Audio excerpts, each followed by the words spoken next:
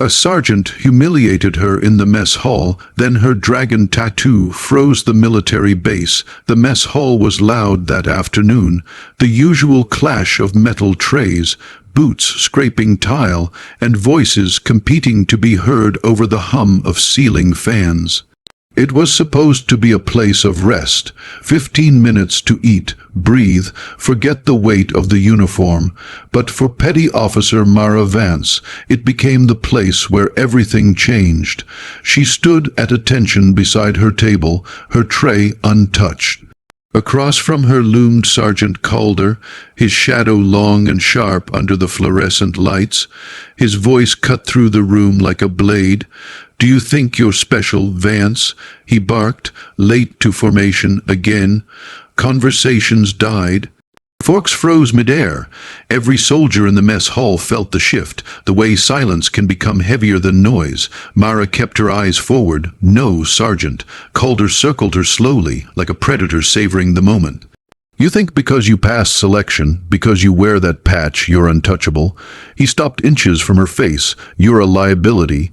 A few soldiers exchanged glances. Some smirked, others looked away. No one spoke. Mara's jaw tightened. She had endured worse. Mud, cold pain that broke people twice her size. But humiliation had a different sting. It crept under the skin. "Drop your tray," Calder ordered. She hesitated for half a second. I said drop it. The metal tray clattered to the floor, food splashing across her boots. Laughter rippled through the room, sharp and uncomfortable. Calder leaned in closer, his voice low. "You don't belong here." That was when something shifted inside her. Not anger, not fear, memory. The past they never knew years before the uniform, before the base, before the name Mara Vance meant anything to anyone. She had stood barefoot in a jungle clearing thousands of miles away. Rain had soaked the earth. Firelight danced across carved stone. The men and women around her had spoken no language she recognized, yet she understood them completely. "You carry the mark," the elder had said, tracing the outline of a dragon across her arm. "It does not give power, it reveals it." She had laughed then, young and unbroken. A tattoo meant nothing. Ink faded. She had been wrong. The dragon was not a symbol. It was a promise. Back in the mess hall, dismissed. Calder snapped, finally stepping away. Mara bent down, picked up the tray, and walked out without a word. Her heart hammered, not from shame, but from control. Every instinct screamed to act, to respond, to unleash something buried deep. She didn't. Not yet. That night, alone in her barracks room, she sat on the edge of her bed and rolled up her sleeve. The dragon stretched from shoulder to forearm, scales etched in impossible detail. In the dim light, it almost looked alive. Almost, she pressed her fingers against it. Warm, Mara closed her eyes. "Not now," she whispered. The tattoo did not answer, but it listened. The lockdown the next morning began like any other. By noon, the base was silent. It started with a power fluctuation, lights dimming, then flaring back to life. Communications crackled, screens blinked to static. A low frequency hum rolled through the concrete like distant thunder. Then the alarms screamed, "Lockdown, lockdown, all personnel stand by." Soldiers poured into corridors, weapons raised, eyes scanning for an enemy that didn't exist. Helicopters spun up on the pads.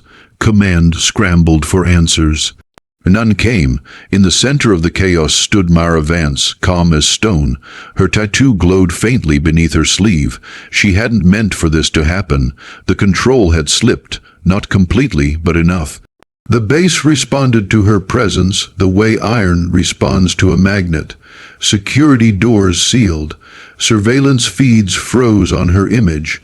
Every system that relied on signal, frequency, or electronic pulse bent subtly out of alignment. "What the hell is happening?" a lieutenant shouted. No one answered. From the command balcony above, 4 armed operators took aim at her, fingers tight on triggers. "Vance," a voice boomed, "on your knees." Mara looked up slowly. "No," she said. The word echoed, not louder, but deeper, as if the air itself had chosen to repeat it. The confrontation, they moved fast, professionals, the best the base had to offer. Mara moved faster.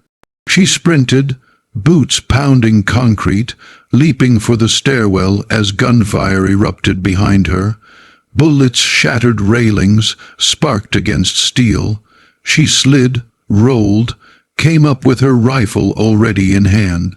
Her training took over, but something else guided her movements. She didn't just see the operators, she felt them, their positions, their intentions. A shot rang out. She twisted before the trigger was fully pulled. The round missed. She slammed into the wall, braced herself horizontally, one hand gripping concrete, the other steadying her rifle in a position that defied gravity and logic. Her body moved like it had rehearsed this moment for a lifetime. Because it had. The dragon burned now, bright beneath her skin. "Stand down," someone shouted. Mara's voice was calm, almost gentle. "I don't want to hurt anyone." The men aiming at her hesitated, not because of fear, but because something in their instincts screamed that pulling the trigger would be a mistake they wouldn't survive. Above them, systems failed one by one. The base was frozen, not locked down by command, but held. The truth comes out high. Ranking officers arrived minutes later, escorted by armed guards who looked far less confident than they should have. An older general stepped forward, eyes fixed on Mara's arm. "Is it true?" he asked quietly. She met his gaze. "You knew." He exhaled slowly. "We knew something. We didn't know it was you." The room felt suddenly smaller. "Explain," the general said. Mara lowered her weapon. "I'm not a weapon. I'm a gate." Silence. "The tattoo isn't power," she continued. "It's a seal, a focus. My family has carried it for generations. We were placed where control matters, where restraint matters." Calder's voice cut in from the back. "This is insane." Mara turned to face him for the first time since the mess hall. "You humiliated me because you thought I was weak," she said, "because you didn't know." Calder opened his mouth. No words came out.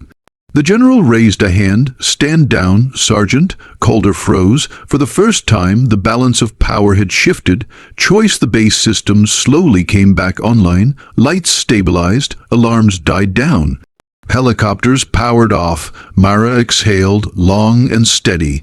The glow beneath her skin faded, the dragon returning to ink and memory. "You could erase us," the general said. "You could walk away." "I could," she agreed. "Why don't you?" She thought of the mess hall, the laughter, the silence, the soldiers who watched and did nothing, not out of cruelty, but fear. "Because someone has to stay," she said. "Someone has to make sure power doesn't go unchecked." The general nodded slowly. "What do you want?" Mara didn't hesitate. "Respect, accountability, and for no one under my command to ever be treated like that again." Calder stared at the floor. "Granted," the general said. Redemption. Weeks later, the base gathered at dawn. The air was cool, the sky painted gold and blue. Soldiers stood at attention as Mara walked forward, uniform crisp, posture unbreakable. Medals were pinned to her chest, not for what she was, but for what she chose not to be. When she passed Calder, he saluted her, properly, fully. She returned it. The dragon slept beneath her sleeve, quiet and patient, not a weapon, a reminder. Power does not roar, sometimes it waits, until the world gives it no other choice.